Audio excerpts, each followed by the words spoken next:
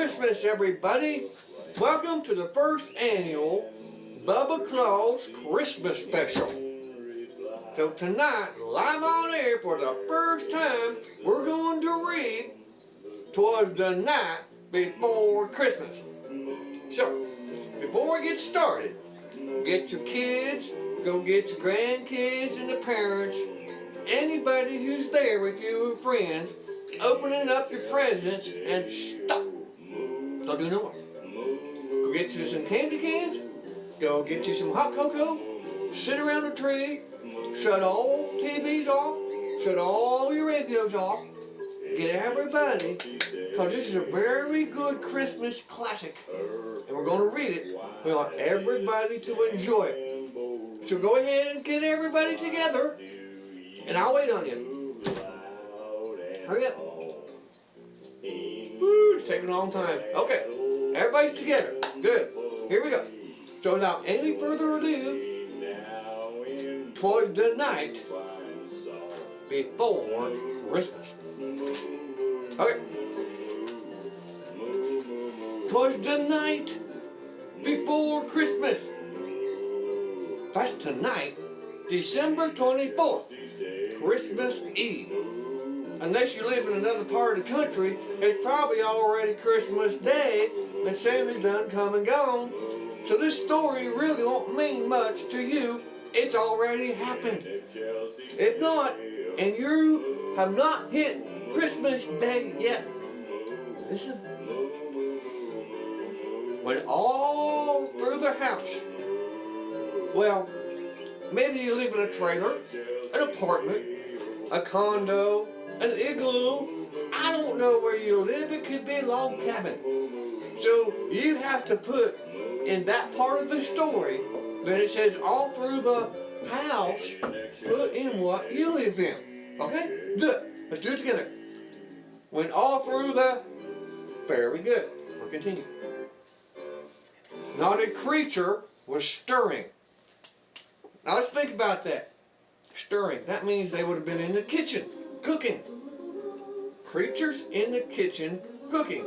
They've been stirring already in your pumpkin pie, in your turkey and ham, in your salads and stuff. That would not be good, would it? I don't know who started this story, but already it's starting to get crazy. Oh my goodness. Not even a mouse. Well, in our garage, there's a little mouse, and that little rascal, I've been having a hard time catching him. So I don't know what's not stirring in your house. Maybe it's not a mouse. Maybe it's something else. I don't know. Only you do. See, this kind of story here is a participation story for everyone. It's not just about how it's written. So pay attention and think about these things, what we talk about, and this could all affect you. Okay, still with me? Good. Woo. Okay. The stockings were hung by the chimney with care. Now wait a minute. What if you don't have a chimney? Here's what you do. Go get some markers, some crayons, let the kids draw all over the wall, and then you can draw a chimney on there, then just nail them into your wall and hang your stockings right there by the chimney. And then when you got all this damage to your house, you can call this construction company guy that I know, and then he might can come fix it for you. But you have to contact something later. We can't have commercials in here like we said, so we won't say the name of the company that we know that can do that work. Anyway, go let your kids get your crayons and draw all over the wall. Kids, it's okay. Well, maybe you better ask Mom first. Okay. So the stockings were hung by the chimney you just drew on the wall. Okay. In hopes that St. Nicholas soon would be there. Let's see, that's St. Nicky. That would be Santa Claus. Let's see, who else would he might be called? And you might have a name for him in other countries. I don't know. St. Nicholas is what the book says. That's what we're going with, but you can call him Santa. Bubba. Next minute. The children were nestled all snug in their beds, except where they are with you right now, because they're reading and listening to this story. Right?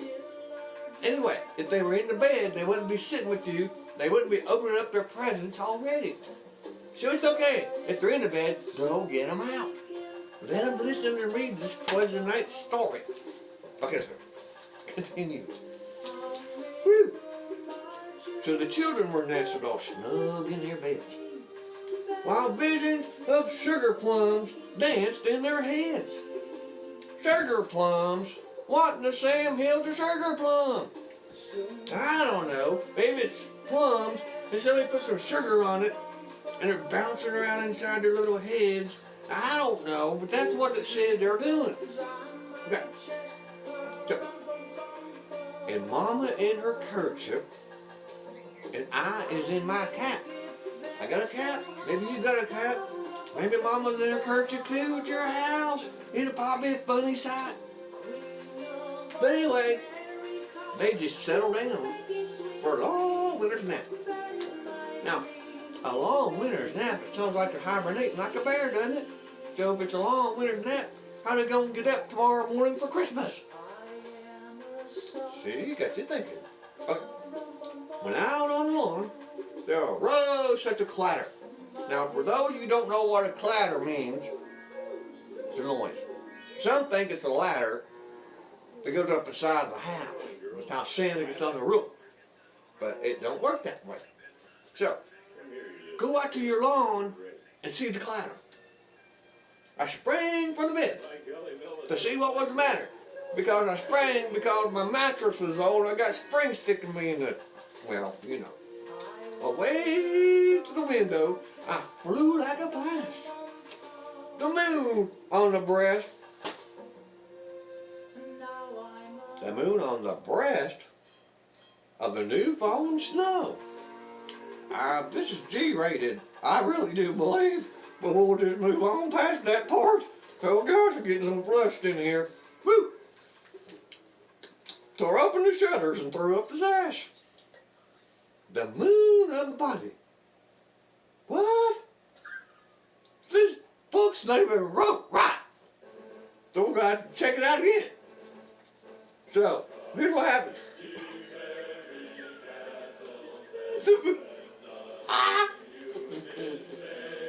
What in the world's going on here? Somebody messed up my darn story. We're going to just keep going. So I sprang to the...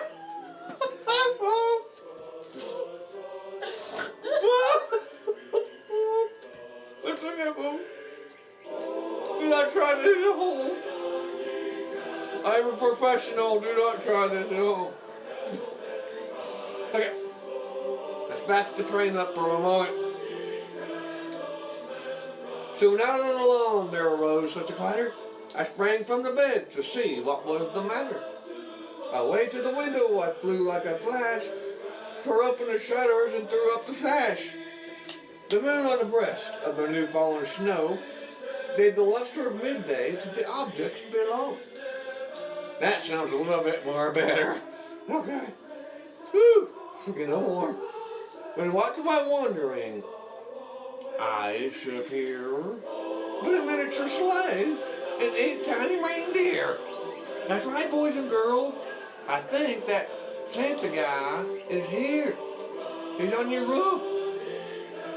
Really? Well, not just yet. But with a little old driver, so lively and quick, I knew in a moment it must be everybody else's name. Saint Nick. Very good, very good. More rapid than eagles. Ooh. His cursors they came. And he whistled and shouted and called them by name. Can anybody guess what he calls them? Here's what we're going to get to next. You ready?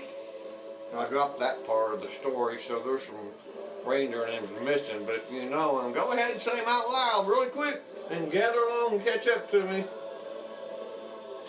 On Comet, on Cupid, on Donner, and listen, very good. To the top of the porch, I to the top of the wall. So now there's a porch and a wall. Now dash away, dash away, dash away all. As dry leaves that before the wild hurricanes fly, when they meet with an obstacle, mount to the sky. Now, I'm not sure what all that means, but it sounds very poetic, doesn't it? Not sure how that's got to do with our Christmas story. Just listen. Get your candy canes. It's okay. Don't spill your chocolate. We're almost done. So up to the housetop the cursors they flew, with the sleighs full of toys, and of course St. Nicholas too. And then in a twinkling, I heard on the roof. Do you hear that noise? Sounds like it. The prancing and pawing up each little hoof. As I drew in my head and was turning around, I got dizzy and fell on the ground.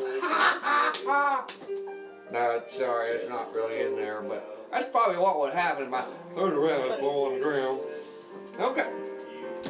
So down the chimney, St. Nicholas came with the band. Remember that chimney you drew on the wall? All right, now. He was dressed in what? Fur from his head to his foot, and his clothes were all tarnished with ashes and soot. It was probably red and white like this right here, and it comes down the chimney and got all dirty and all black. So now everything's all dirty, and that's what the soot is. Okay. A bundle of toys he flung onto his back. He looked like a peddler, just opening his pack. His eyes, how they twinkled, like mine.